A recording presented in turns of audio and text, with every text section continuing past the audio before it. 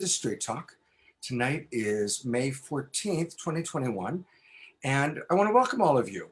And some of you, of course, are watching this live, and some of you are watching the recording. And in either case, you are very welcome to be here. And we have a really, every show is special. It's kind of like a parent. Every child is special.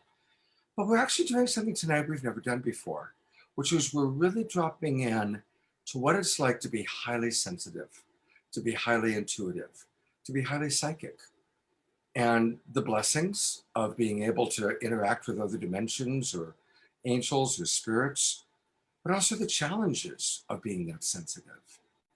And I have a lot of friends and clients that I call earth angels, high vibration beings that, in my belief system, have chosen to come into this planet at this time to help with planetary awakening.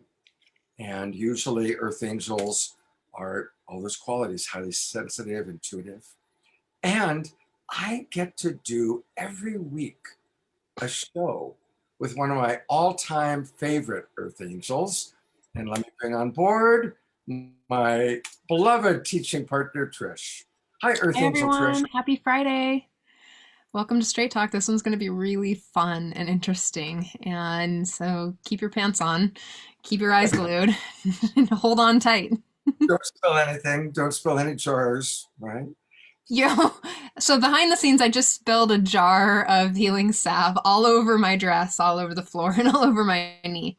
I did get some on my bunk knee right now, so lucky for So, me. it's kind of like Mazel Tov or a communion. Maybe you're doing kind of a spiritual communion, salve all over, as we talk about healing and being psychic and all of that. So I'm going to introduce briefly, but they're going to each get a chance to really tell their story. And first, I'm going to introduce someone that I've known a very, very long time. I first put her on one of my television shows that I worked on a long time ago, back in the 1990s, late 90s. And she is a brilliant psychic. She has blown me away. The story I always like to tell was shortly after my wife died. There was one day that I walked into my bedroom, and for a moment, I saw my deceased wife on the bed smiling at me. She's like one of those instances, like, and then of course it was gone. 15 minutes later, I get a Facebook message from Guinevere, who I hadn't heard from in quite a while. I think you had reached out to acknowledge the death of my wife maybe 6 months earlier. But there was a message from her saying, I just wanted to let you know, Suchi just came to me, and yes, you just did see her. That's how tuned in this woman is. Okay. And that's like the short, easy story to tell. So we're going to learn all about Guinevere Bridge. So Guinevere is who I go to when I'm wanting psychic, intuitive support. But we also have with us who my partner in Saturday Night Alive goes to. And this is Camille. And Camille is Deborah Giusti's personal coach. I don't know if mentor is quite the word, but definitely at least a dozen times, Deborah said, I just had the most amazing session with Camille. And Camille helped me to understand whatever it was, how to deal with you, Scott, or whatever is going on with Deborah Giusti. So we have like someone I really believe in, someone that Deborah really believes in. And so we're going to hear both of their stories. And Trish is going to ask deep, revealing questions. Likely. And then the last couple that we have with us, and I don't know if I'll put the spotlight on them, but you might not see them, they're getting ready, is I've invited Fanny Starchild and her partner, Vigari, and they're going to give us some music. They're going to play a little bit of music for us. And they really create high vibe music to take us into a higher state of consciousness. So, hey, Fanny, go ahead and unmute. Oh. Nope, you're not muted. You're still muted. You can do it. I unmuted, man. I am unmuted now. Are you ready to give us a little Yeah. vibe? Get us going, Fanny? We have a high vibe song for you, baby. All right, the full spotlight is on you. Take us away. Here we go.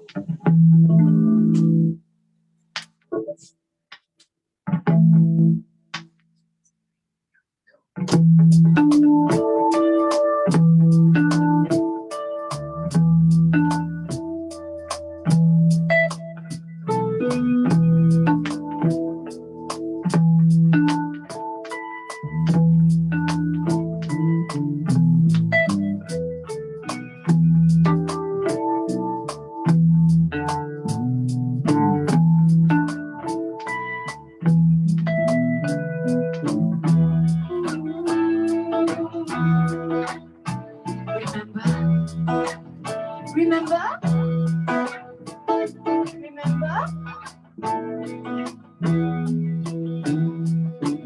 You're the messengers of the stars. Remember?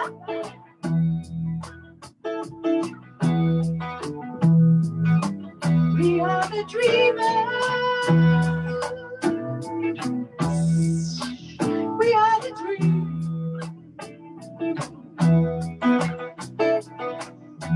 We are the dancers. We are the dance.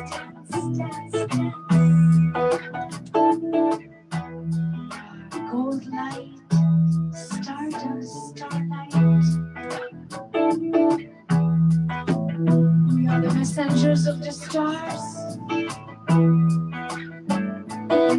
Remember, we are the messengers.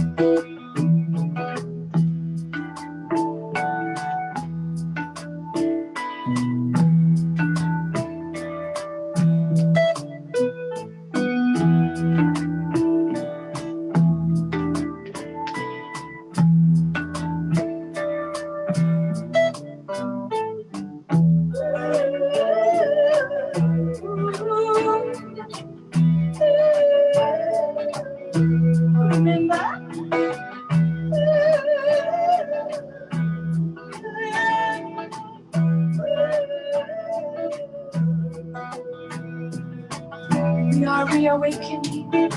We are remembering. We are remembering that love is a sacred dance. That love is sacred. Love unites us all to the star, golden light. We are the lovers. We are love. We are the singers. We are the song.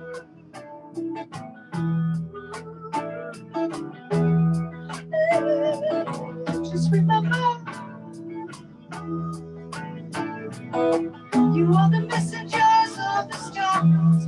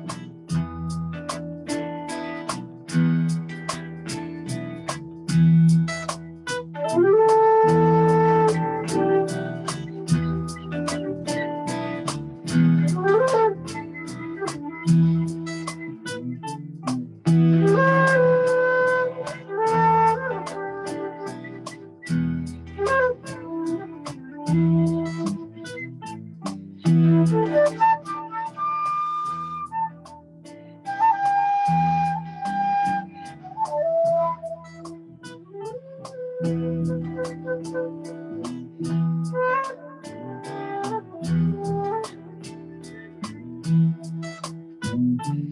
remember,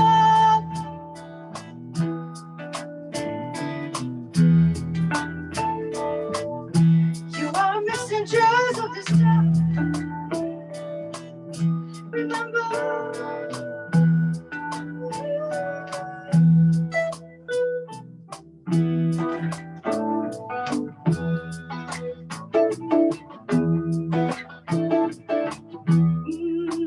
we are the dreamers. We are the dream.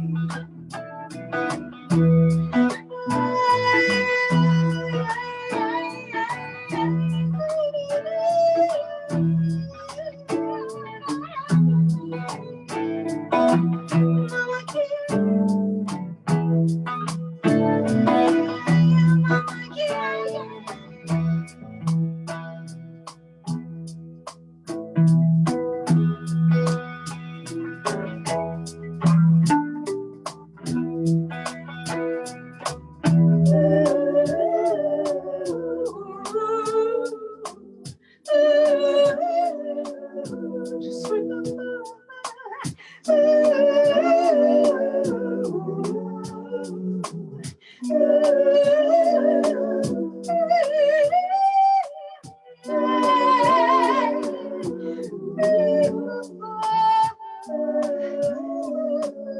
we are the messengers.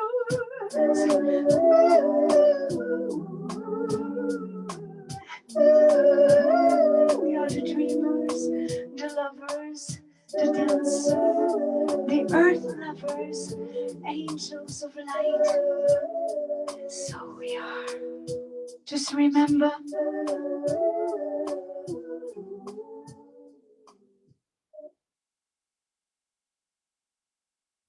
Thank you so much, Fanny and Vicari. Thank you. I'm going to go to gallery view so you can see all of us and Twinkling You, and thank you. Thank you. And I'm going to show their website in a moment, but I'd love to ask each of you, let's just start with the question that comes up from that song. Who are you? What's it like to remember who you are? I think that'd be actually a really wonderful question for Camille and Guinevere and Trish to answer, because that's such a big part of our world right now, is really dropping into who we truly are. So that's a perfect song, Fanny. Thank you so much. And just a reminder that if people want more information on how they can experience Fanny and Vigari, they do, as you can see, wonderful online stuff. The website is a wonderful website. It's starchild.ca. Starchild.ca. Their phone number is there. And they're going to come back and do another song for us a little bit later on in tonight's show. So thank you so much for being with us. You two got us off to just a beautiful start. Thank you. Thank you. Trish, what comes up for you with that question about who we are, and what comes up for you? The initial thing that comes up for me is this chant that I like to sing with a band called Beautiful Chorus, and it's I am a being of love. It's what really there's a lot of things that I am, I think, and the most basic thing is that I am human. And that's something that I've been really sitting with the last days, is that just my humanity and other people's humanity. This spirit animating a human body. That's as close as I've got. Sorry, Scott. It's a journey. This is, it's such a journey of who we truly are. I'm going to put the spotlight on Camille. I saw a really lovely smile when I put forward that that's what we were going to talk about. I know she just had this beautiful smile, Camille. So I'm curious, tell us about your journey of discovering who you truly are. Well, I wrote a song once that says, I am love, I am sacred, and I am whole. And that would describe my journey. I was born pretty awake and Spirit calls me a revelator of light because I bring the unknown into the light and reveal it. And because I am light, and that is probably the mantra I sing the most. I am light, I am light, I am light. And let's see. So I am an intuitive. I very much hear. And then I have all the other senses as well. And I spent a lot of time educating myself to understand more about the gifts. I was pretty lucky because I was taught transcendental meditation when I was 5 and had a spiritual Athabascan medicine woman that instructed me what to do every night when I was astral projecting out of my body. And I spent a lot of time working in human service organizations and opened up a metaphysical center in Homer, Alaska. And now I'm here in Maui with my new private office, Heaven on Earth, and my Ascension School, the One Heart Ascension School of Revelation. And I am a spiritual minister who's here for the One Ascension of Mother Earth. And my whole purpose is just that, to support each soul into coming into alignment, fulfilling their soul's purpose, and being part of the One Ascension, the organic timeline, which is where we're at in the now. Beautiful. Well, we're going to hear much more from you. And by the way, speaking of Maui, I'll be there in June visiting.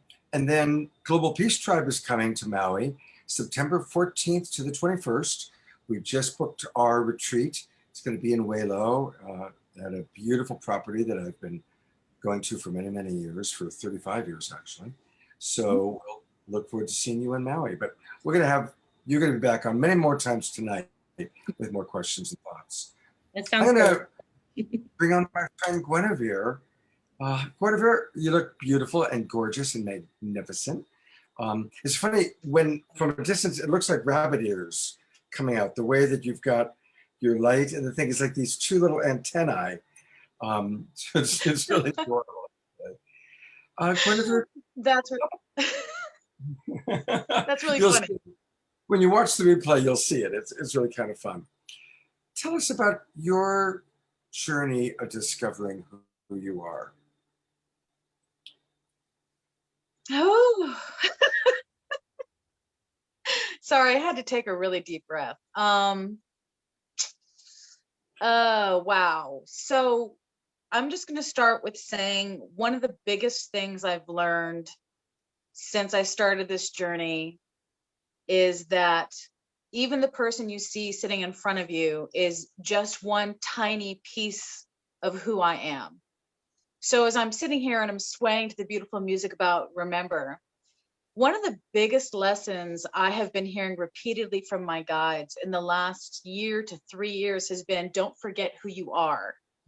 Don't forget who you are. Remember, don't forget your memories. And the reason why that message comes through so strong, so frequently, is because now with time and space shifting in such dramatic manners, all of us, myself included, are experiencing what I like to term dimensional collapse, which means that I keep meeting with other parts of myself and finding myself in a new position. So it's like this quantum juxtaposition. So who I am is obviously a natural state of constant transformation, which we all are, right? But who I am as a journey is a light worker, clearly. I, just like our friend who just finished, and I'm so sorry, what's her name again? Camille. Yeah, I started the journey real young, 4 years old. I remembered where I was from, who I'd been in previous lifetimes. And from 4 years old to basically 10 years old, I was working out the lifetime energies that represented struggle or misdeeds from the past. So I actually spent a huge chunk of my early years repairing lifetimes where perhaps I misused power, or perhaps I was misused. And that was a really interesting kind of rough childhood. At the same time, I was constantly speaking to people who'd crossed and having visions on the regular, which was tough because I didn't have any guides. I didn't have any outside human guides. I was on my own with my parents, just doing their very best, trying to juggle what it was to have me in their life. Thank my mother specifically for recognizing the visionary I was, for taking the journey with me, for recognizing when at the age of 13, I was telling her I was speaking to archangels and angels, that she would sit down and have long conversations about what they were saying. And, I really have to hand it to her, because even though she was totally unequipped to deal with any of this stuff, she still would ask really educated, smart questions. And to make sure that, her kid had not gone loopy, sometimes she would just ask, hey, what does the angel say about this person I work with?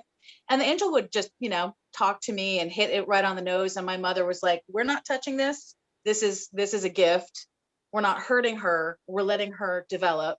And then, of course, I spent my adult years continuing to study and journey and work with other spiritual practitioners, and found magic people on the path and other elders that helped continue my development. But starting on your own, man, that's rough. So this whole energy of remembering now, beyond that past life stuff from when I was a child, and now remembering all the places I'm continuing to be in and continuing to go to, and who is my crew. I have a team that's been coming together, and it's been beautiful. So I'm sorry it's a long, weird, convolutedly bizarre answer to your question, but nothing is normal in my life anymore. And I've kind of gotten used to that. So now I just try and help other people who are starting this to not feel like they're going crazy. Oh, and I'm a psychic, but you knew that.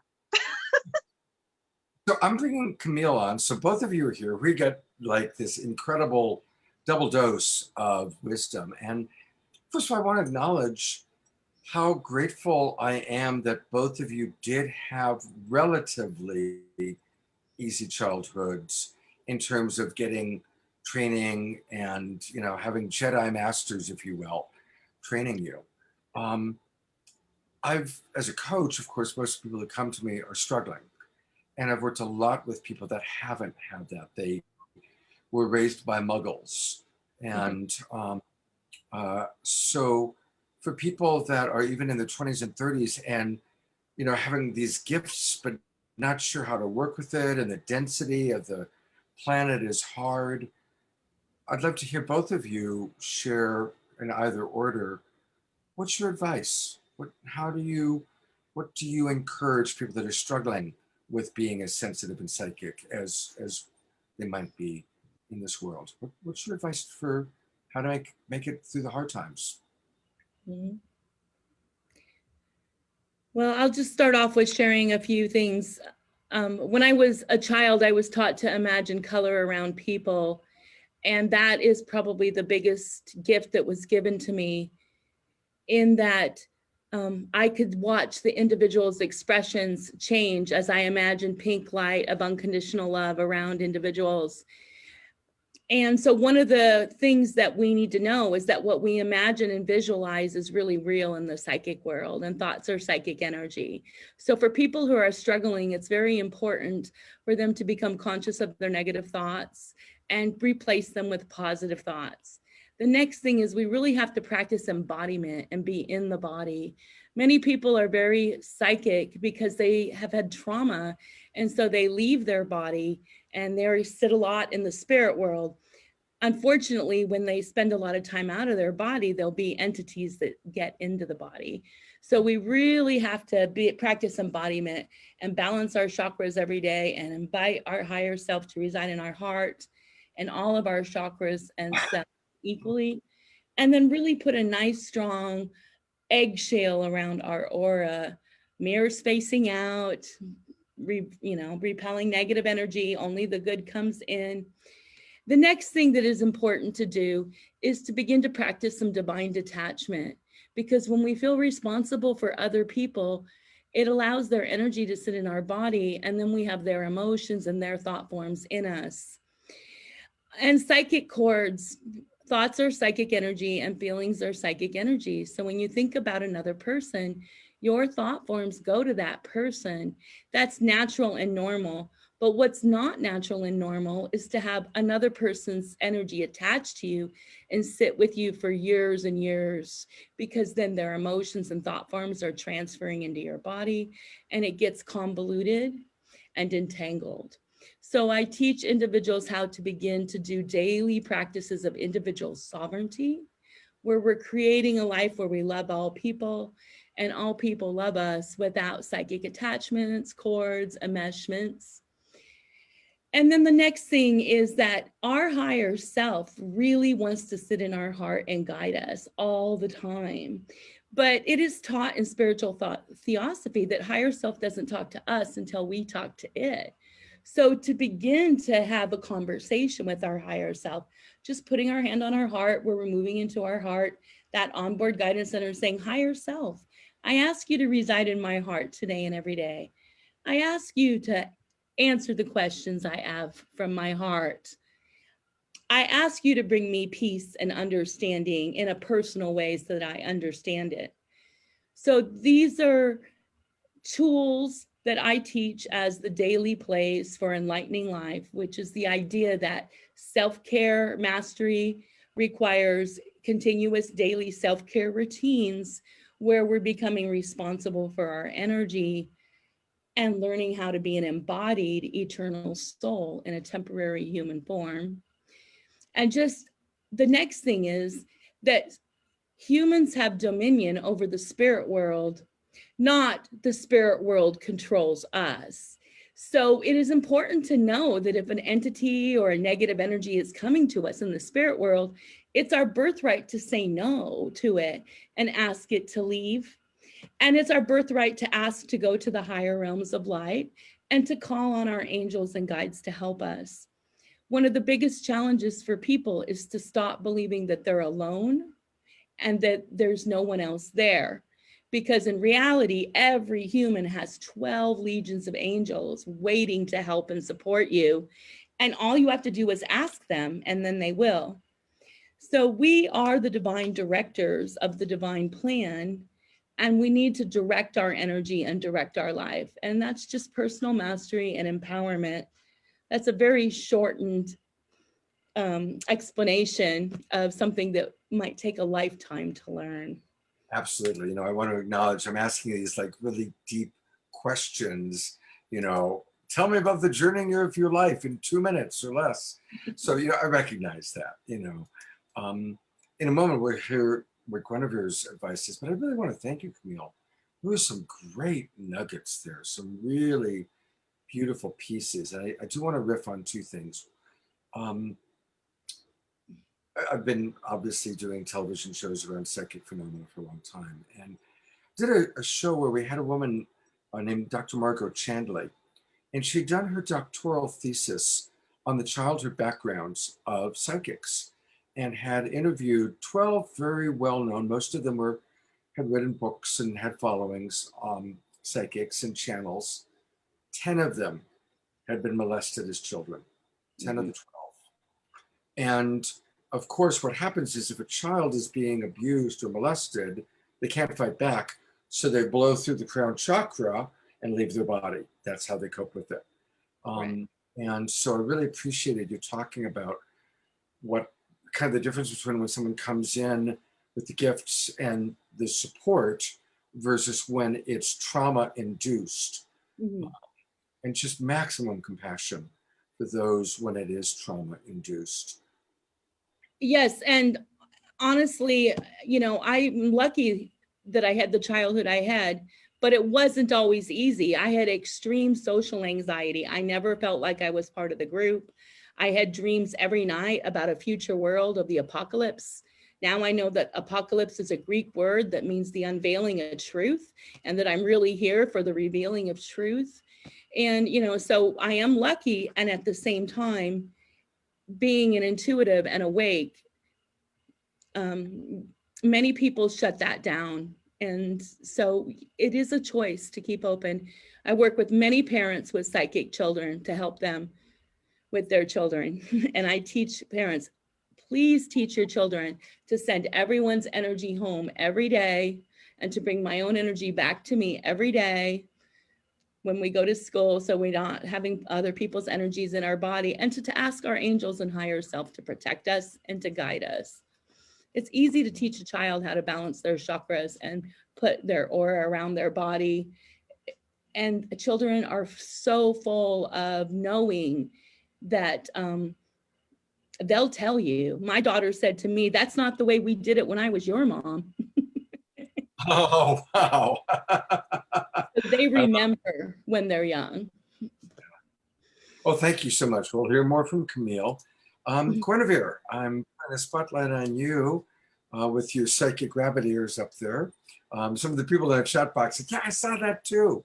And by the way, before we hear from Guinevere, for those of you in our Zoom room, welcome everybody. We've got people from Colorado and North Carolina and California and Hawaii. Please give us your thoughts, your comments, and questions, and Trish and I will bring that into the mix. So let us know what you're thinking and questions. Guinevere, what are your thoughts about advice for people coping with these attributes? Well, the first thing I encourage everybody to do, and this is a very serious encouragement, and I've been saying it now for easily 15 years, is write everything down. Journaling is key to learning your personal path, trusting your intuition, tapping in with your psychic connections and your wisdom, because our society does not reward intuitive, emotional feelers. It rewards intellectual people who always say the words, "That will never happen. That's not real," right? So a core aspect of our deepest spiritual insight is torn from us at very young ages, when our imagination and our intuition are guides to that deeper relationship with source and with self. And so journaling allows people to start filtering out the multiple voices that are not their own. It also helps them recognize the difference between a thought that's engendered in fantasy when we're inspired by something that deeply touches us, and an actual message from spirit, from guides, and also our ability to write down our dreams and understand when that is prophetic, because then you actually have the ability to start associating with self rather than an outside source. Because as you and I both know, Scott, and even Camille knows this, there are many people on the path that will try and overpower, right?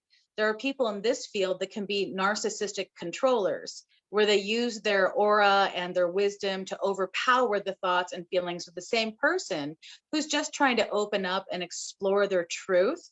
And so somebody false gurus them into really uncomfortable positions. There are many, many practitioners that are healers and medicine people who have taken advantage of these people and their innocence. So to divide, to individuate, and I love Camille's comment on sovereignty. You need to start a very serious internal relationship so that you can start a guidance system. When I was talking to you about the crew, right? The crew of who's supposed to work with us will flow through in dreams and in visions. And if we write down notes and then we look back occasionally through, we can see where that dialogue was correct. Learning how to trust yourself is a very important process to allowing that intuitive, psychic, deified being to shine through. I have writings going all the way back to my youth. And every now and then, when I'm in a quiet space, I'll go through all these writings and I'll read through. And I'll frequently see that I predicted things 10, 15, 20, 30 years ahead of time. And people I would meet in accurate descriptions and what they were going to do with me when I met them. In the beginning, when I was young and I didn't know how to trust that process, because unlike Camille, I didn't have those external teachers until much later, right? I had to rely on testing myself against myself.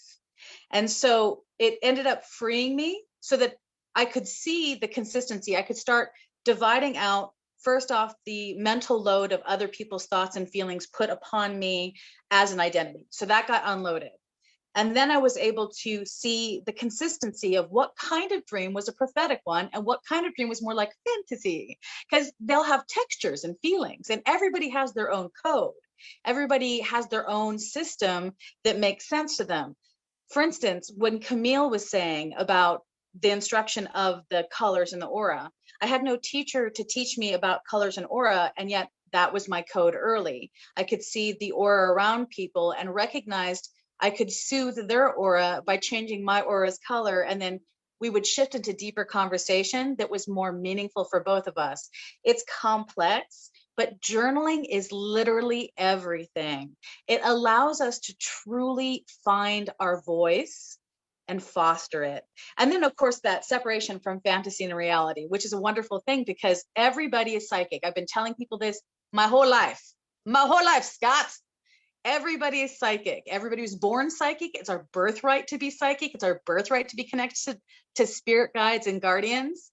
And reclaiming it, having that dialogue and the ability to read through on journals what was and what wasn't, and then giving it time and looking back through, it's a great teacher. Aside from that, yes, everything she said, literally everything Camille said, if you guys were listening, and I hope you were, all the things she said. And then add to it, once you do actually have a really deep relationship with yourself and you're able to recognize the ancestors that are speaking to you, the grandmothers, the grandfathers, and then the deities or the guardian angels, then they can actually take over and show you the way. Now, she already mentioned about protection. And protection is key, obviously, so that you're safe as you walk into these fields. You don't want to be a little tiny lamb surrounded by tigers. And so for me, it's always been just about surrounding myself with white light and then allowing my guides to really hold that sacred space. And knowing that even, it doesn't matter how wise I've become or how old I am or how many years I've been doing it, whenever I go into anything new, I ask them to show me the way. I ask them to make sure that I'm well protected as I traverse into new fields, because they'll show me how to avoid pitfalls. And I really have to say thank goodness for that. And whenever there is something that is not from a pure space, they show it to me very quickly, so I'm able to clear it and move it through. Dreams, visions, self, all of this, we just have to go down that road. And then I know this will sound silly, but without an active imagination, nobody can be psychic. You really have to give in to the visionary self, even if it is fantasy, to help you get there, to help you get to the answers. Visionary self is the answer to everything, which is why I mentioned in childhood, when our imagination is shut down and people say you only imagined that your imaginary friend is false. Unfortunately, we look to adults to guide us and they take away that gift from almost everybody. So being able to see that and move through it is just very important. Thank you. Thank you both. Amazing advice. So there's a couple things that are going on in my head, but I dream very vividly, and I'm glad that you brought that up. There's one question. So if you guys can just hold this, I'm going to tell you a story, but if you can hold this question before I lose it, is how to differentiate between your inner dialogue and your psychic connection, and the ego chatterboxy thing. But hold that. If you can. I want to tell you guys a really amazing dream that I had just a couple of nights ago. And this dream was really profound for me because I can't tell you exactly what it meant, but I think you'll get the imagery. So, and I'd love to hear your thoughts on the dream as well, if that's okay. So in this dream, I'm with my two closest like family members. I live with them. Not like family, but chosen. Like I picked them. My best friend, who's a twin, who also has this thing with me. I'd have no idea how that works. But and her husband are in this dream, and we're walking on these really beautiful, bright green rolling fields on this property that has a lot of goddessy statues and fountains. And this woman who owns the place, who has like jet black curly hair, comes up and she's sharing this story, or she's sharing with us. She's like, "Oh, come to the pool." She walks us to the pool, and she shows us this amazing pool with a big fountain in the middle, and it's gorgeous. It's blue. It's stunning with the intricacy of the cement. And I look up, and a pitch black hummingbird is right there. And I delight in it, right? And I reach out my hand and it sits right down. And I like in my dream, I remember going, like totally just like delighting and blissing out. I'm like, oh my God. And I close my eyes and I choose in this moment to fall back into the pond, into the pool. I don't splash into the pool. I just fall back and I'm floating right in the pool, just not like it's still calm and clear. And in that moment, the hummingbird flies up and starts pecking me in the middle of the forehead, my third eye. And I'm like, oh my God. And I wake up in a stunning, opalescent, purples and pinks and golds and cream colors, circusy, goddessy, dancey space. And my business partner, Dawn Light, I don't know if you've seen my show, but Dawn Light is there. And I'm like, oh my God, these belly dancers are here. And I'm like, and I look at her and I'm like, I have to tell you this dream. And I'm telling her the dream. And she goes, oh my gosh, I just had the same one. And I woke up and I was like, it was the most, I have really crazy vivid dreams, but this one was awesome. It was amazing. I've also had a couple. Wow. I've also had one where I unlocked the Akashic Records door. It's crazy up in here. So I'm curious what you like, if you want to think about that, and also the question that I had at the beginning. Okay. Well, if you don't mind, I would love to go for it. Please go. Yeah. So first, let's just talk about like when you said the differentiation, right? Here's the number one tell that it's not your psychic ability or intuition. The second it gets nasty and judgy and fearful, it's not your intuition anymore. You understand? At all, not even a little bit. Because you see, the thing is, the second we move into that intuitive self, it's wiser. It sees the big picture. It sees, like, for instance, why I suffered, why you suffered, why Scott suffers, why Camille suffers. And so the clarity is really almost poetic beyond words, because it will take you into the thread of what was the harm, why it happened, and an unveiling of how to heal it as you move forward. Whereas when we're in our head, right, when we're in that space of our head, it's like all the clunky laundry, all the anger and fear just takes over.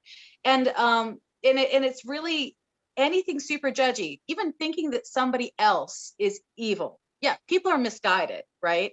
They'll be harmful and they'll say horrible things, but even the most evil person is not born of evil. So when our head goes down that way, it's a head trip. It's judgy. So judgy is the key for me.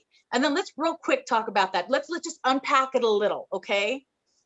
Girl, I love you. What a fucking amazing dream. Please, anybody who are offended, please don't be offended. Close your ears. Imagine I said sweet dreams are made of these. Anyway, so you had so all the time.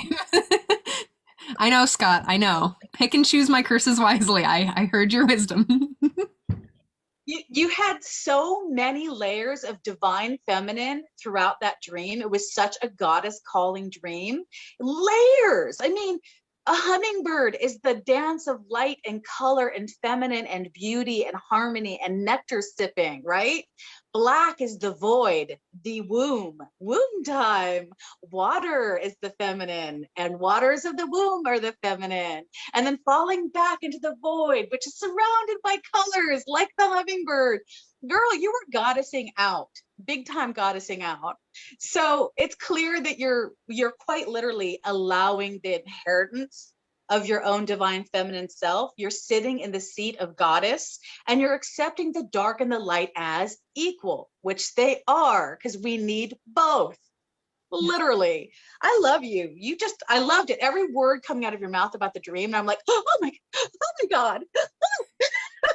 Well, sometime I'll tell you all of the dreams that I've had, the crazy, beautiful, like wild ones. Yeah, I'm passing it on to Camille. I'm sure she has something amazing to say. Oh, I'm still here. Camille, you're up. Well, I love you, Guinevere, and how vibrant you are, and I just love how vibrant and joyful you are. And I wouldn't say anything different than what you just said. The question that you had asked, I really teach people how to tune into their God knowing in their heart, because if the background is that your body is your unconscious, and that your unconscious mind is the womb of creation. So everything that you're storing in your unconscious is manifesting outside of you. So in that awareness, we can always tune in and ask what we're storing through our God knowing in our heart. And we can use our body pendulum to ask the truth of it. And if it's not true, then we know it's not true.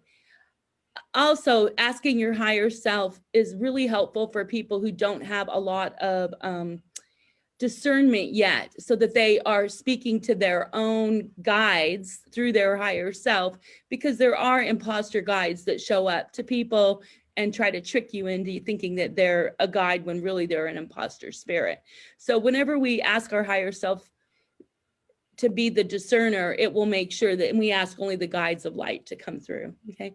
Your dream is incredible. Spirit tells me it's 11th dimensional Gaian dream, where you're remembering your Gaian consciousness, and where your only soul's purpose left is to accept your emotional body and truth, and live for joy and bliss, and just let yourself float on the infinite supply of that emotional love that you are here to have, experience, and be. You're really here to bring beauty into the world. And what a beautiful, blessed dream. Hummingbirds are all about the sweetness in life and joy and regaining your wings. So, okay. I believe that you can step into your own personal ascension process consciously and do the work consciously. It's a Jungian technique, but for people who aren't consciously choosing to tune into their inner knowing, then journaling and working with your dreams is 100% the way to go. Because if you're not consciously choosing to do it, it's happening in your dream time, and it's happening through all your creative expression. So hobby, creativity, and expression is so important for individuals. And I agree 100% with Guinevere about journaling. So yeah. What a wonderful dream. I'm stepping into a Gestalt dream class. Yes. Really thinking about that. I've had some really amazing dreams. Like they've really guided me. Unlocking the Akashic records in my dream once was very powerful. And here, I'm just going to share this one piece without giving you the whole story. But the one piece was about me. I pulled my own card, right, to look at it, and it said, "Can get mundane, could use some inspiration." And I was like, I laughed a little bit so hard. I was like, "Oh, it's very true. I can get a little like and a little fire here, or a little, goddess, or some sort, and some. I'm easily inspired. So lucky me." I want to follow up on something very interesting that Camille just talked about, which is false guides, because we don't hear that much about that. And you mentioned before, people that have been knocked out of their body, other beings can come in. So I'd love to hear from both of you a little bit more about how to differentiate between guides, and if, for those people that have walked out and had something else walk in, how to manage that. And the other part of the question, because I was on this a long time ago, I was in a relationship about 25 years ago with someone who literally would at times become possessed. I mean, the person I was looking at was not who I was living with normally. So tips for how to manage those very challenging situations. Yes. I have a lot of tips for that. Okay. And start with Camille. again, the human is the one with the personal power, and we have dominion. So therefore, when we're talking to our guides, we say, I only allow guides here that are of light and truth and are aligned with the divine plan. Anything that is not aligned, I do not want you to talk to me. And I thank my higher self for doing it. So that is one way. The next way is that this is my body and nothing else has a right to be here. So I ask anything that isn't me to leave my body, and I thank my higher self for doing that. I'm the only one that's residing in my body. I'm the only thinker in my mind, and I'm the only feeler in my body. And so a lot of it is about personal command and decree, because personal command and decree is our superpower. Humans are co-creators. All of our words and thoughts and feelings create what they are in physical form. Hellish thoughts create hellish life.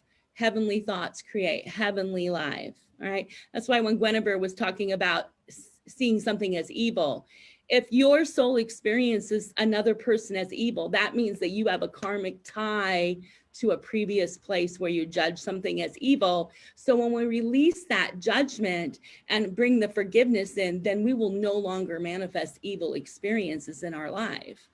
So a lot of times what we think we're bound to at an unconscious level. So it's really about reprogramming our unconscious by standing in our power and using our conscious choice to choose. I choose love today. I only draw to me humans who are loving. I claim safety today. I thank my higher self, angels and guides for only bringing me safe people. Also, I take back my power to say no to unsafe people, untrustworthy people, situations, and events. And I send my higher self out to remove that.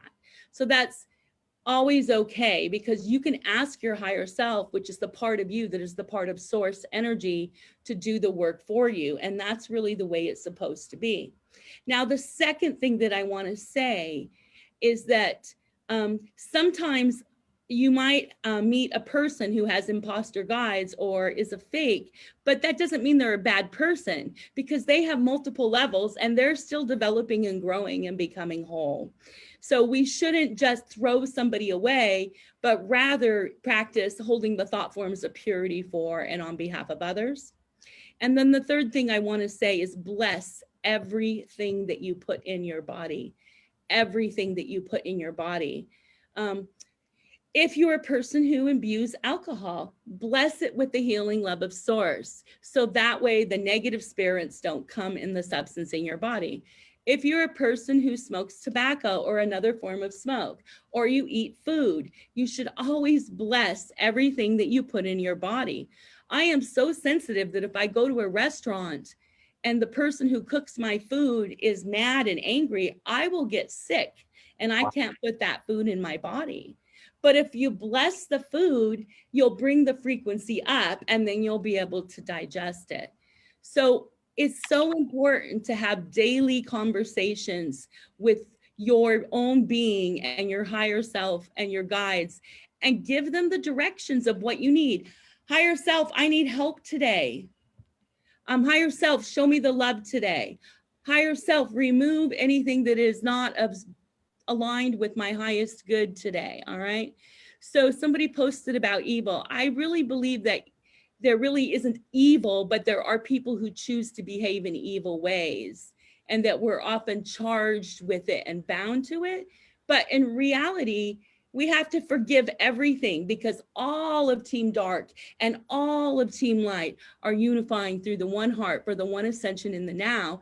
And that means every lifetime I was not a good human and I hurt others or did things that are not aligned with the divine plan.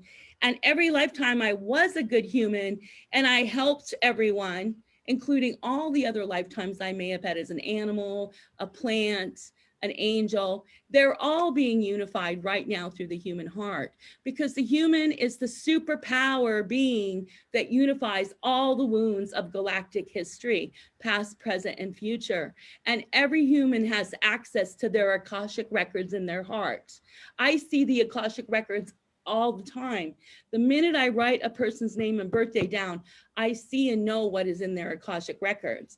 The minute I write their name in my calendar, their energy sits in my body, because I am so empathic.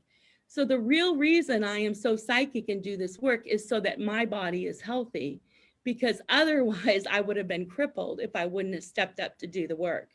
So this work is a way of me staying clear because of how sensitive I am, and then teaching others how to be equally clear. And empowerment, self-empowerment and mastery. And every day is the first day of the rest of your life. So new day, new way, new day, new way. And every situation is about more self-love, not less, more love and acceptance, not less. Wow. Beautiful, Camille. Just beautiful. And it's funny, she just froze. So hopefully she'll be back in a moment. But this is where you can learn more about Camille. It's her website. And I love the name of this website, Heaven on Earth Just for Being.com. Heaven on Earth Just for Being.com. And that's also the name of her book. And you can find her here. She has disappeared. Hopefully she'll come back. We're not quite through with you, Camille. But I am going to put the spotlight on Guinevere. Oh, there she is. She's back. Oh, and she's gone again. And she's back. And she's gone. There she is. You see, one of the things I guess about being psychic is also a magician. Now you see her, now you don't. A little bit of technology magic there. Welcome back, Camille. That's beautiful what you shared. And I while you were gone, I went to your website. But you know, yeah, there it is. Exactly. I was just showing people your website and the book. And anything else, I'm got the spotlight on the website right now. Anything you want us to really focus on when people do go to Heaven on Earth Just for Being.com?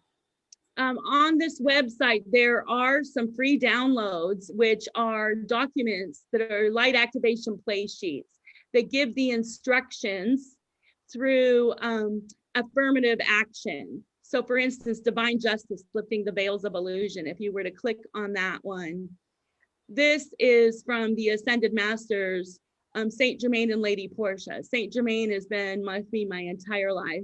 He was an imaginary friend as a child. And Lady Portia is the goddess of justice and opportunity. She sits on the 6th ray of the Karmic Board of Record Keepers. And this light activation play sheet teaches how to manifest and co-create through the power of the spoken word. Each affirmation is an instruction. I do this, and then I do this, and then I do this. And this is just the way Spirit teaches through me, because I spent so much time in mental health agencies teaching skills. The psychic knowing comes through in little skill sets. Everybody wants to know how, but in reality, you only need to know what. Your higher self does the how. But I still write all these hows out for people because it's really helpful. It's a great place to start. Beautiful. Thank you so much, Camille. You're welcome. Really, really wonderful. And actually, don't go away because I got one more thing I want to have you and Guinevere do with each other. But I'm going to go to our other psychic powerhouse now. Guinevere, I think Camille answered that question pretty wonderfully, but anything you want to add? And then I have a question for you that we haven't tackled yet. Anything you want to add to Okay. Well, I wanted her to take that one. I felt it was really, really important that she take that one because I have a completely different side of it, right? So I'm holding a whole different part of the pie. I've spent the last 15, 17, 20 years working with releasing demons, okay? In Tibetan Buddhism, it's called liberation. You liberate the demons because, again, we're back to the nothing's actually evil. And when you think about a demon, for instance, or anything that's evil, it's a part of the ego within a being that got fractured, a part of a trauma that's trapped in time, right? So maybe that being started very beautiful before hangings or witch burnings, and then anger and vengeful feelings came up, and then they embodied as a demon or a haunting or what have you, right? So I don't ever see anything as a false thing or an evil thing, right? So that means that if a guide comes trying to pretend it's something, but now because of my training, I actually know the difference between if it is the thing or the demonic version. The demonic version is sparklier and always feeds your ego, right? So it wants to like tell you to take control of something or take control of a person. So, you know, that's my good earmarks, because again, like let's say Saraswati, because you already know that I came embodied as Saraswati in the most recent show. And that I was working with her for a year before you ever even asked me, which is why I was blown away and deeply moved.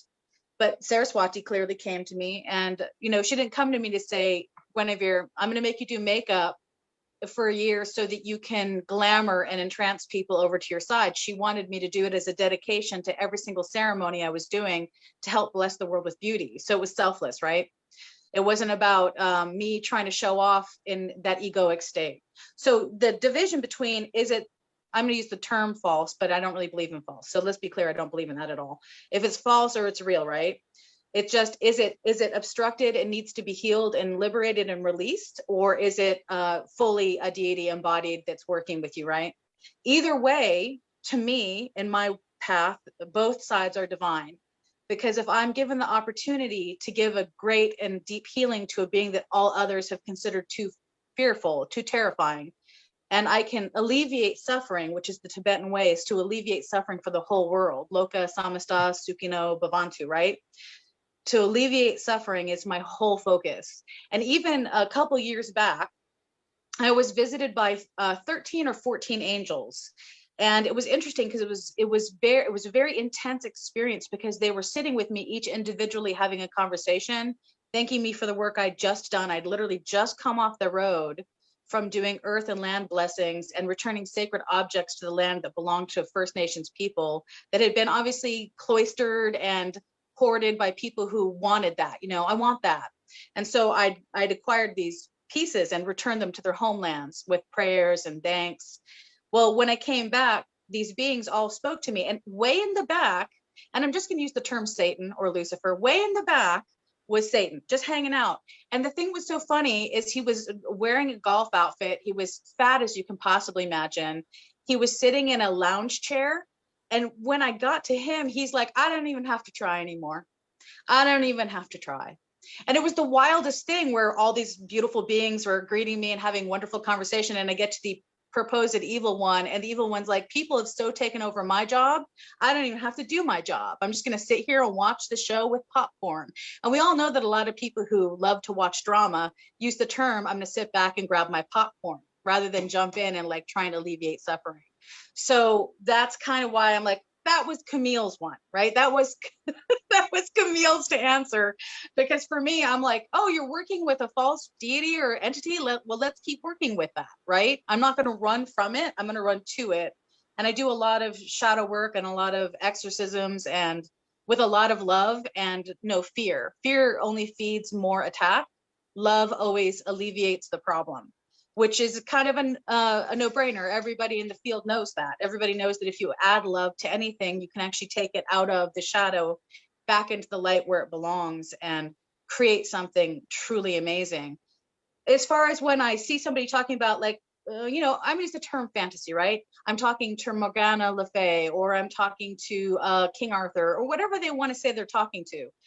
I feel like shutting them down is a really, it's bad. It's in bad taste, because this is their first chance to start relating to something, and they have a personal relationship, right? So they start where they're at. You know the old saying, meet people where they're at. So I kind of let them have a lot of breathing space, unless they start going down the ego valley of harming themselves, and then I intervene, only if they're coming to me clearly. But yeah, that's my answer. Okay. So much wisdom from both of you. Really appreciate it. So I'm going to put both of you on the spotlight. And I think what would be really, really fun was, I would like for each of you to ask the other a question. Like, here, how often you get to meet, I don't know, maybe all the time, but here are two really incredible powerhouse women, psychics, goddesses. So what, Guinevere, would you like to ask Camille? And what, Camille, would you like to ask Guinevere?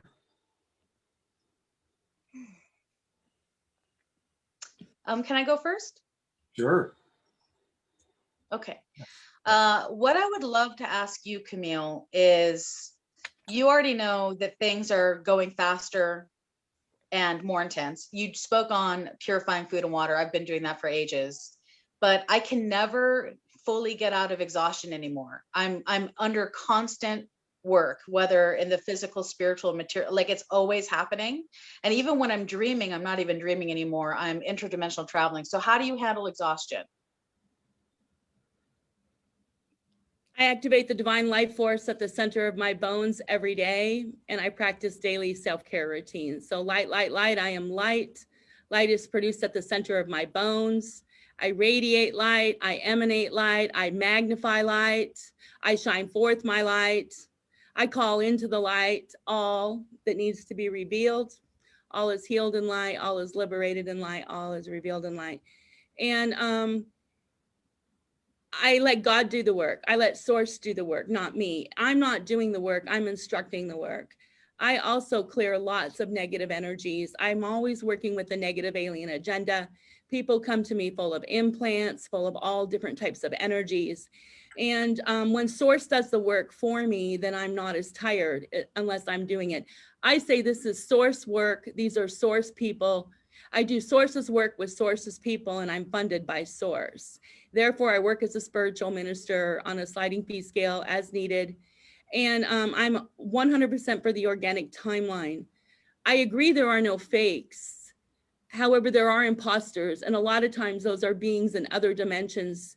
And they can all be unified through the one heart of love because all is ascending.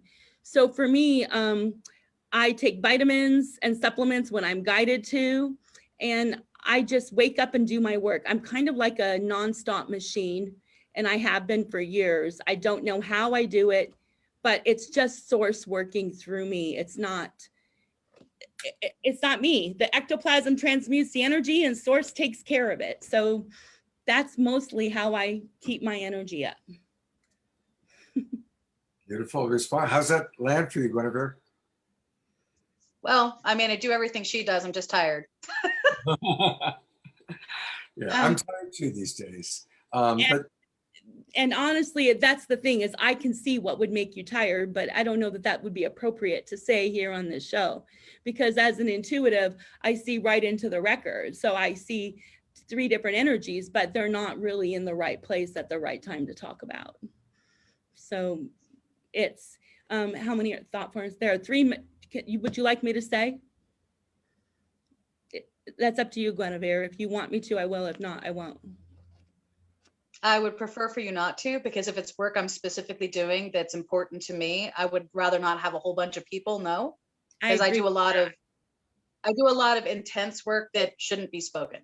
I agree with that. So what happens is when people ask me questions, I hear answers, and I'm shown amounts of energy, like how many unconscious energies, how many conscious energies.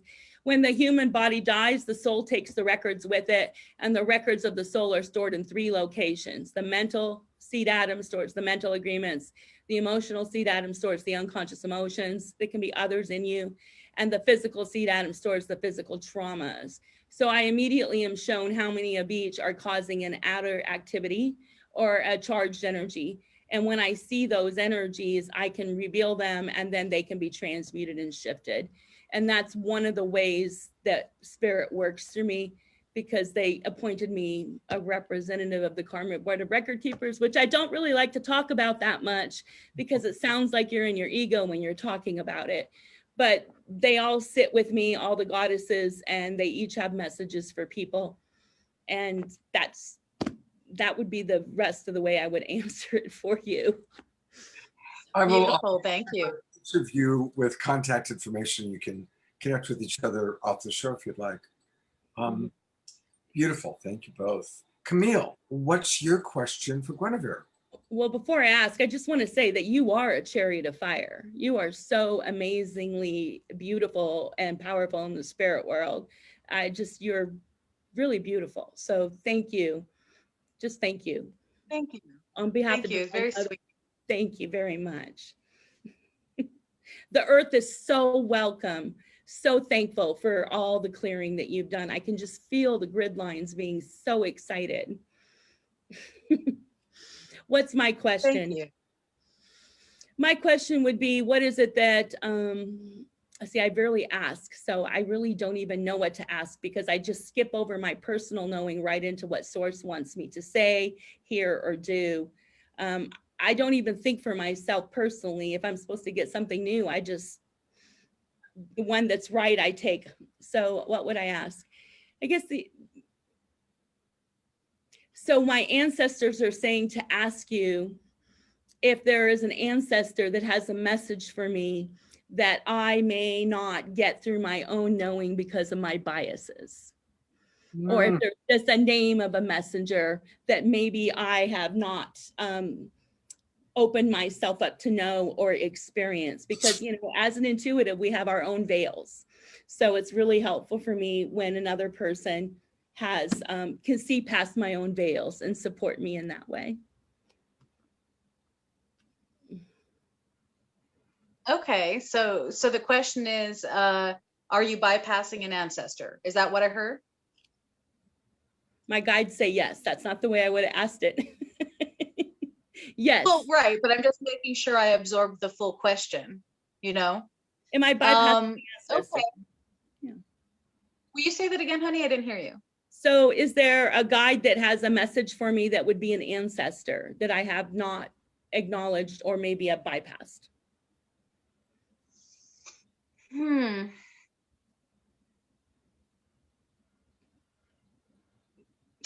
I just see this man, right? And he's got a very, very full white beard. And he kind of seems like this wild combination between one of the old reindeer herders, the Sami, okay? But he's got a strong Gaelic energy to him too. He kind of reminds me of the name Angus, right? So and the energy of that ancestor is the energy of really going far deeper into your relationship with like the land, the animals in the land. Like he shows, for instance, like just as an example of what he shows, for instance, all the sheep he tended, right? And how he was always outside, never inside. And nobody dictated his schedule about coming and going. And the whole association with the earth was like his creed, right? There was no specific religion he was facing. He wasn't actually in any kind of, I'm using the term ritualistic or clannish behavior. So he must be very old. He must go back pretty decently far back. And the only thing I could think of that he would be pushing you to do more of is to, like, I guess, release more of the material stuff, you know, like like when I say material, I'm not talking about like your survival. I'm talking about screen time. So I guess he wants you to be outside being really cold and outside being really warm and just waiting for animals to literally lick your face, because that's all I'm getting from him is this like wild, unkempt, almost like wise man mixed with a wild man. And he's a really wonderful ancestor. I mean, he's so okay. I'll tell you what came through first because it was really sweet. He's so Santa Claus.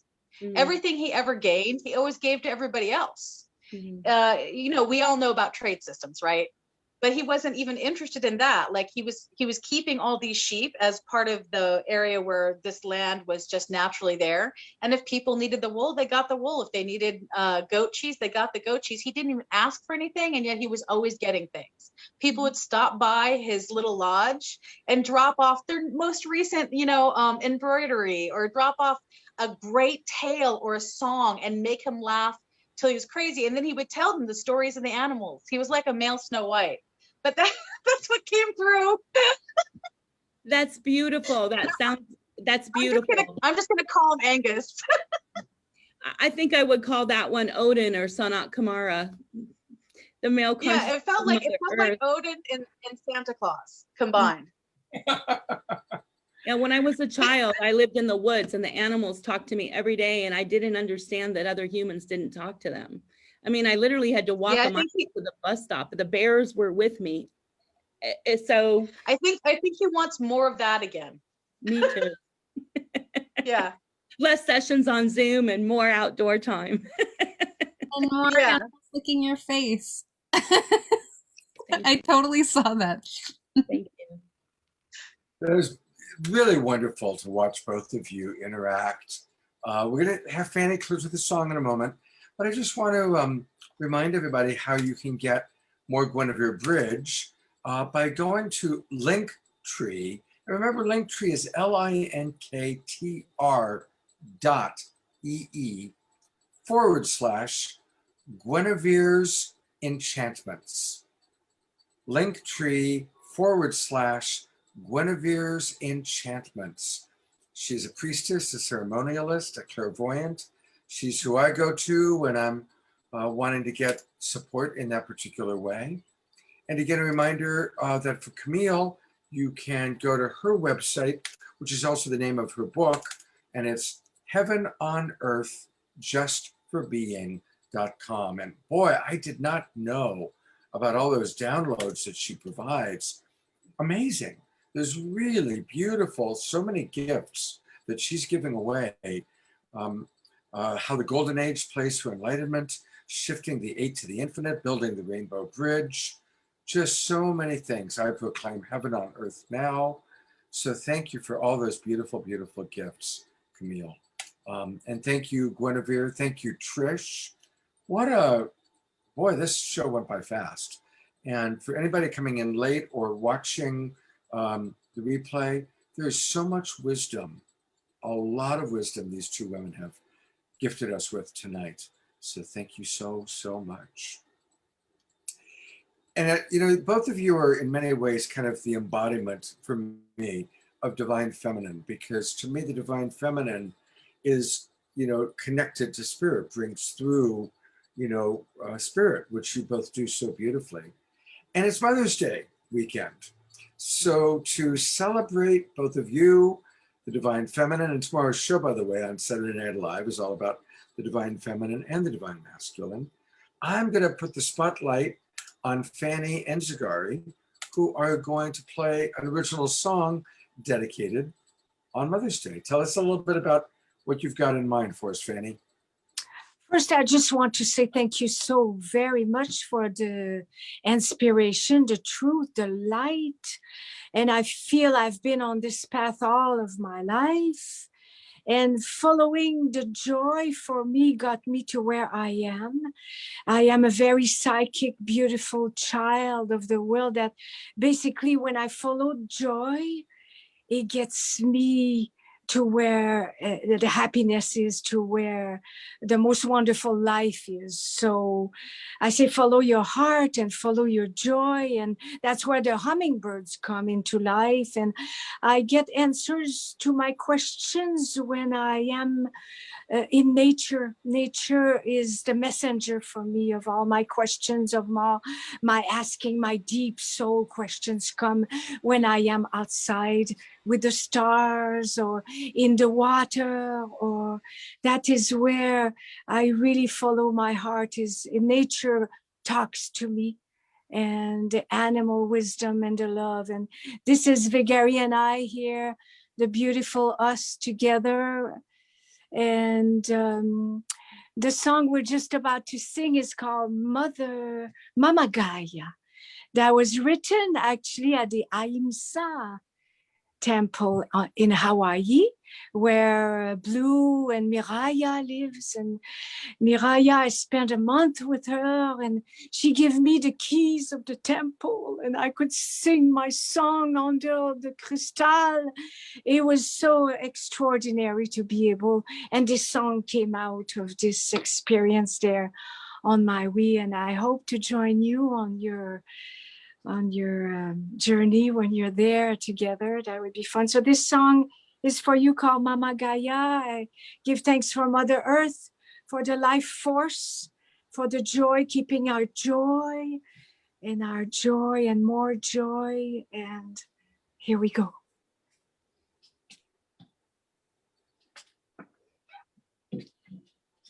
Mama Gaia. He says, sing a song of love, sing a song for light, sing a song for love, and sing a song for the earth.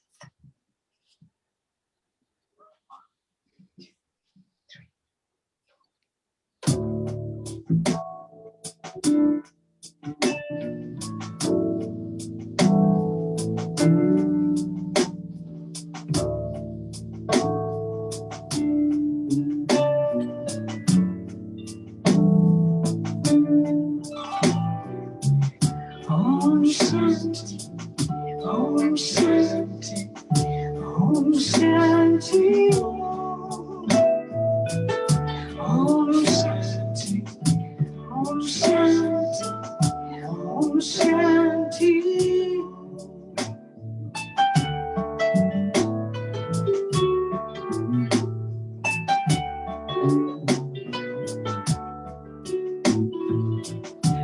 chante une chanson, chante une chanson, chante une chanson d'amour. Chante une chanson, chante une chanson, chante une chanson de lumière. Chante une chanson, chante une chanson, chante une chanson d'amour. Chante une chanson, chante une chanson, chante une chanson pour la terre.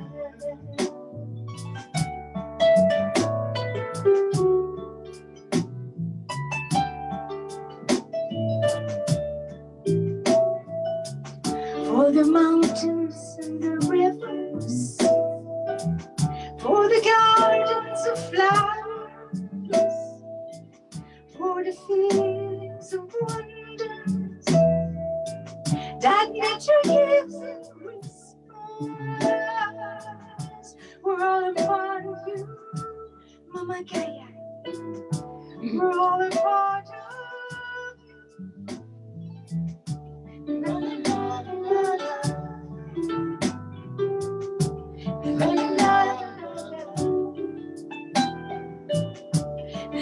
la, la, la, la.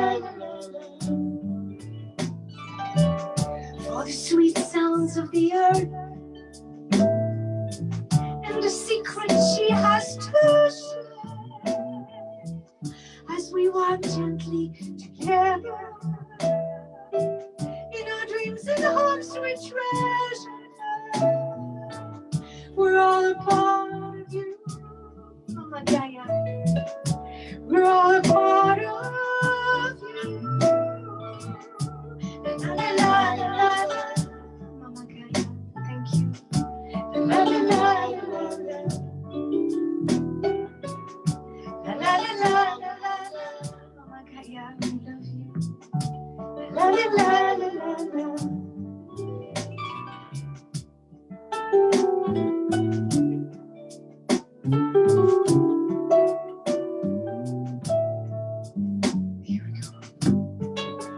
Heaven is here. Heaven is you. Heaven on earth is here with you. That is the miracle.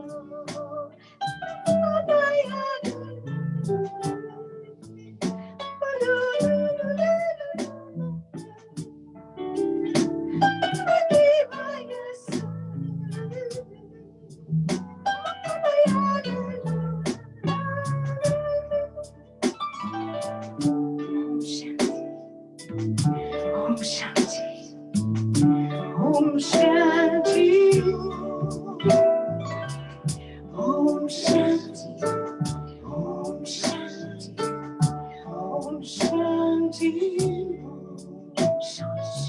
Chante une chanson, chante une chanson, chante une chanson d'amour.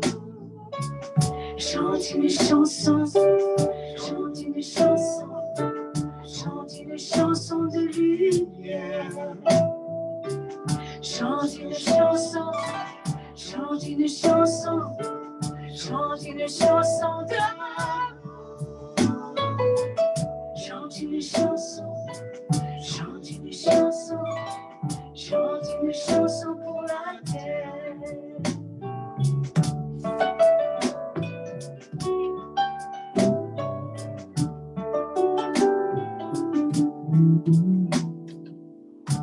Mama yeah, yeah, oh, mama yeah, yeah, mama yeah, yeah, oh,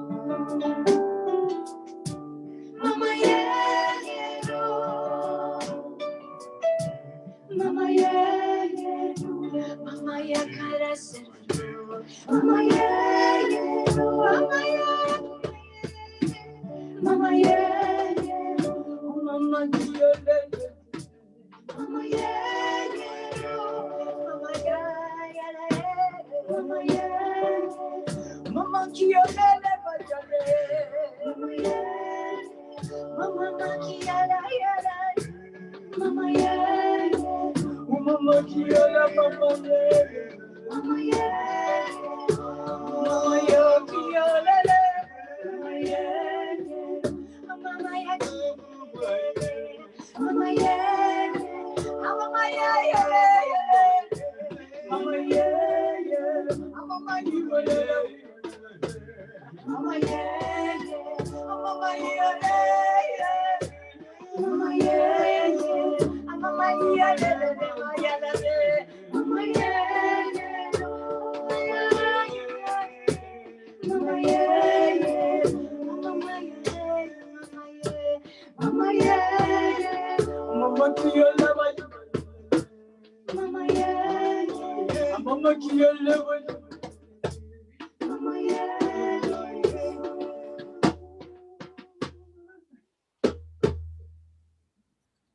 Oh, that was awesome. That was really, really lovely.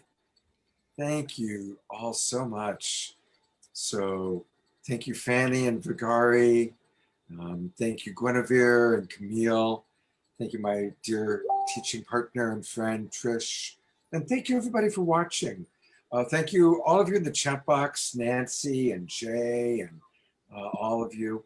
I didn't just really appreciate it. And all of you watching at home. Really beautiful. So let's all remember to honor our mother, whether it's our human mother or our divine mother, this weekend and every day. And I hope to see all of you tomorrow night on Saturday Night Alive. It's going to be all about the Divine Mother and Divine Feminine, Divine Masculine coming together. And we've got a really wonderful group of people. We've got Gay and Getty Hendricks are going to be with us. We've got the twin Rays, Shakina and Sananda, who just blew me away when I had them on my Sacred Sunday show recently. We've got Matthew Fox, who's an extraordinary teacher, Ariel Ford, Destin Garrick, and wonderful music as always with Maria Stark and Honey from the Heart. So don't miss it tomorrow night, 6 o'clock Pacific time. Hope to see you all then and there. And of course, next Friday night on Straight Talk, we're going to be with the people who run the Illuminate Film Festival, and they're going to be showing highlights of their film festival coming up. So, and remember, every Thursday morning, the Self-Love Show with Trish and her hummingbird enlightened in the dream time partner, Dawn. And that's every Thursday morning at 10 o'clock in the morning, Self-Love Show. God's blessings. Thank you, everybody. Have a beautiful, beautiful evening and weekend. Good night. Let's stay.